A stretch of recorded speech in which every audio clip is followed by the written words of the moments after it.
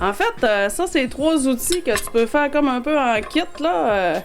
Pour sculpter, c'est vraiment des bons petits outils légers et abordables qui font à peu près tout. C'est un petit kit qui se vend d'habitude dans une quincaillerie là, en 3 formats, 2 pouces, 4 pouces, 6 pouces. Fait que ça permet de faire plusieurs sortes justement de largeur.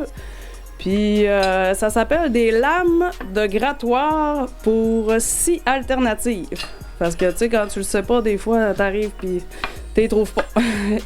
Fait que tu prends ça puis t'installes ça, au lieu de mettre ça sur une lame de scie, une scie alternative, t'installes ça sur un manche.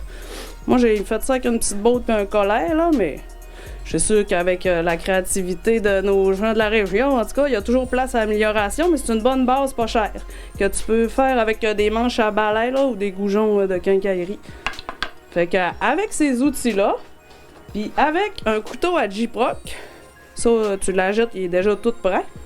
Ben ça, tu peux faire comme tes lignes, puis là, après ça, tu viens enlever tes contours, là, avec ces grattoirs-là. Fait que ça se complète super bien. Je voulais vous montrer aussi juste vite demain, avec une petite pelle à jardin, aussi comment faire une gouge. Tu coupes ta pelle, puis là, ça te fait une belle gouge là, pour sculpter là, avec la texture de gouge comme on voit souvent en sculpture. En fait, quand tu achètes ces lames-là, là, t'es aiguises comme il faut, plus que tes outils vont être bien aiguisés, puis mieux qu'ils vont travailler, donc il faut souvent les réaiguiser.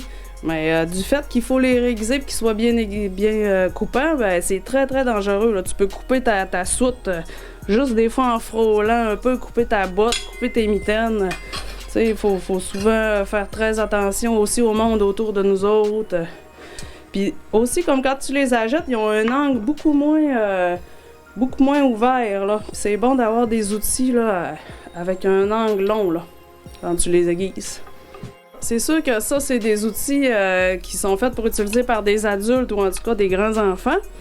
Mais pour les jeunes, quand on fait des ateliers, là, justement à Saguenay-en-Neige ou dans les écoles, là, souvent on utilise des petits grattoirs là, à peinture là, pour faire de la texture sur du plâtre ou pour gratter les murs. Fait que c'est pas coupant.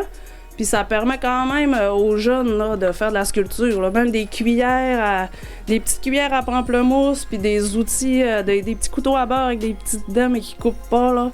Fait qu'avec les enfants, il y a toujours moyen de moyenner. Au pire, tu leur donnes un papier sablé. Ah oui, c'est ça, par exemple.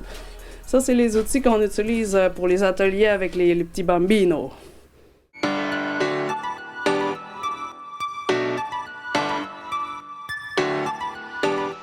La pelle carrée, c'est un des outils les plus primordiaux pour commencer ta nouvelle carrière de sculpteur de neige. Fait qu'une pelle carrée, d'habitude, t'achètes ça, c'est pas aiguisé. Là, ce que je vais vous montrer, c'est comment l'aiguiser. Souvent, les gens savent pas quel bord aiguiser puis avec quel outil faire ça. Fait que moi, j'utilise un buffer avec du papier sablé, grain 25, ça peut être du 80, du 60. Ce qui est important, c'est de pas trop sabler l'extérieur de la pelle parce qu'elle va servir à glisser puis nous faire une surface plate. Puis ce qu'on veut, c'est l'aiguiser du côté intérieur de la pelle. Fait que la pelle, elle va suivre son côté plat puis elle va rentrer dans la neige en expulsant le reste. Fait que c'est bien important de donner un angle assez pointu à la pelle puis de couper les coins. Là. Souvent, on a des rebords. Fait que là, ça vient que ça coince. Fait que ce qu'on veut, c'est une belle surface bien droite avec un angle de, je te dirais, à peu près 15 degrés.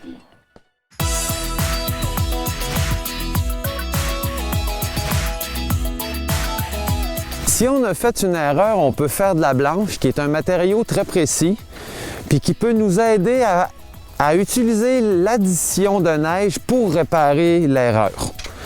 Puis pour faire ce matériau-là, il nous faut une neige bien spéciale et non pas la neige de retaille de bloc. Il nous faut de la neige fraîchement tombée du ciel qui n'a pas été pilée, puis ni pilacée par quelqu'un. Donc là, on va aller en chercher. Vu qu'elle n'a pas été compactée, les grains s'additionnent plus facilement pour faire la blanche. Là, une fois que j'ai rempli mon traîneau, je vais mettre de l'eau dedans.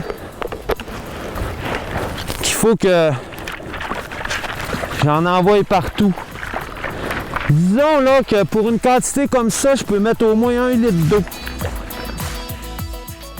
Puis là, je vais brasser comme si c'était un mortier en coupant ma matière aux neiges.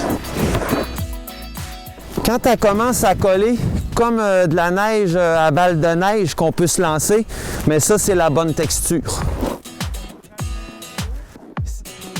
Si on n'atteint pas au premier coup d'eau, le processus, on en rajoute un petit peu plus tard. Mais souvent, la réaction, elle va arriver après 2 minutes de brassage. Bon, là, la blanche est prête, puis on le voit par sa texture. Puis il faut être patient pour en arriver à ce moment-là. On va l'appeler la texture balle de neige qui colle toute seule. Fait que là, c'est ça qui devient ton matériau pour pouvoir réparer ton erreur.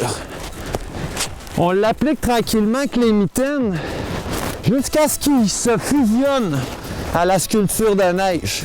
Fait que quand des fois on fait une erreur, on peut réparer avec ça à n'importe quel moment sans perdre la confiance parce qu'on a fait une erreur.